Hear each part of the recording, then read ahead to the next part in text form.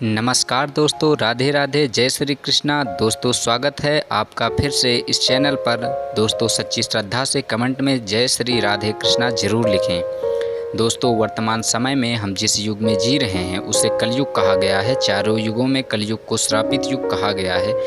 धर्मशास्त्र में भी इस बात का वर्णन है कि जब कलयुग अपने चरम सीमा पर पहुँचेगा तब इस धरती से धर्म का नाश हो जाएगा और उस समय भगवान विष्णु कल्कि के रूप में इस धरती पर अवतरित होकर कलयुग का अंत करेंगे और पुनः धर्म युग की स्थापना करेंगे। पर क्या दोस्तों आप सभी को पता है कि भगवान श्री कृष्ण ने महाभारत काल में ही बता दिया था कि आने वाला समय यानी कि कलयुग कैसा होगा।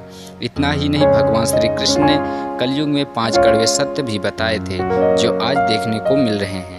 वह कौन से हैं 5 कड़वे सत्य? दोस्तों यदि आप भी जानना चाहते हैं तो वीडियो के अंत तक बने रहें। और अगर अब तक इस चैनल को सब्सक्राइब नहीं किया है तो चैनल को सब्सक्राइब करके बेल आइकन को प्रेस कर लीजिएगा। तो चलिए बिना टाइम वेस्ट किए शुरू करते हैं। दोस्तों जब महाभारत काल में पांडव युद्ध क्रीड़ा में अपना सब कुछ गंवा देते हैं तब उन्हें वनवास जाना पड़ता है। वनवास जाने से पहले भगवान श्री कृष्ण से मिलते हैं और कहते हैं, हे भगवान, युद्ध क्रीड़ा में हम सब कुछ गंवा देने के बाद हम 5 भाई द्रौपदी के साथ वनवास जा रहे हैं। लेकिन जाने से पहले हम यह जानना चाहते हैं कि आने वाला युग कलयुग कैसा होगा। उस समय के मनुष्य कैसे होंगे, लोगों के विचार कैसे होंगे और मोक्ष की प्राप्ति कैसे होगी। पांडवों के मुख से ये सारी बातें सुनकर भगवान श्री कृष्ण थोड़ी देर सोच विचार करते हैं और फिर से पांडवों से कहते हैं, पहले आप सभी वन जाइए और वन में जो भी आपको जो कुछ भी दिखे वह आकर मुझे बताइए। मैं आप सभी को इस प्रश्नों का जवाब दूंगा। भगवान श्री कृष्ण के कहे अनुसार 5 भाई वन में चले गए और वन में जो कुछ भी उन्हें दिखाई दिया उसे देखकर वह हैरान हो गए। उन्हें अपनी आंखों पर विश्वास नहीं हो रहा था। कुछ समय बिताने के बाद वह सभी भाई भगवान श्री कृष्ण के पास लौटते हैं, लेकिन इस बार पांडवों के मस्तक पर सिकंदा और वे किसी उलझन में पड़े नजर आ रहे थे।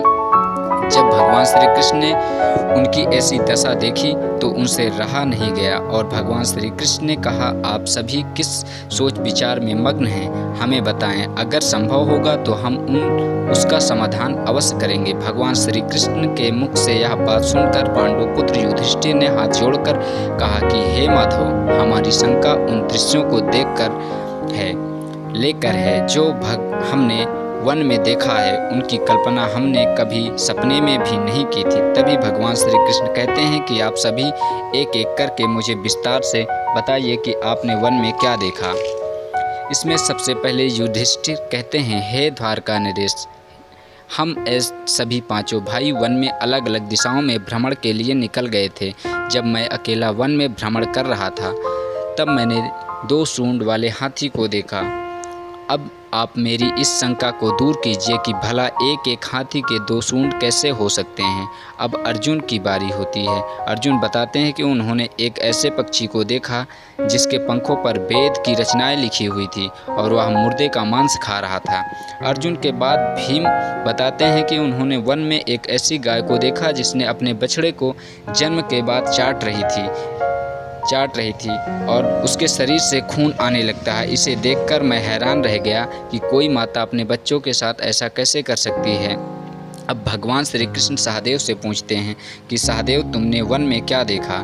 तो सहदेव ने कहा कि मैंने एक जगह पर बहुत से कुएं को देखा जहां हैरानी की बात यह है कि आसपास के सभी कुएं में पानी था और बीच का कुआं खाली था। बीच का कुआं गहरा भी था और उसमें पानी नहीं है। ऐसा कैसे संभव है? अब नकुल आगे बताते हैं कि वे जब वन में भ्रमण कर रहे थे तब उसने एक बड़ी चट्टान पर्वत से लुढ़कते हुए देखा।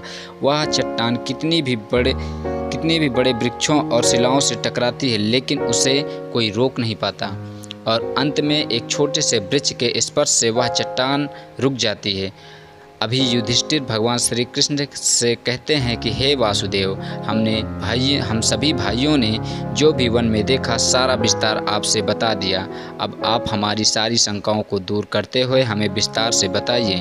तब भगवान श्री कृष्ण ने युधिष्ठिर से कहते हैं कि धर्मराज, जैसा कि आपने बताया कि आप 2 सूंड वाले हाथी को देखकर हैरान में रह गए रह गए। इसमें हैरानी की बात नहीं है, क्योंकि कलयुग में ऐसे ही व्यक्ति राज करेंगे जो बोलेंगे कुछ और, करेंगे कुछ और, उनके मन में कुछ और, कर्म में कुछ और होगा। यह लोग शोषण करने का एक भी मौका नहीं जाने देंगे।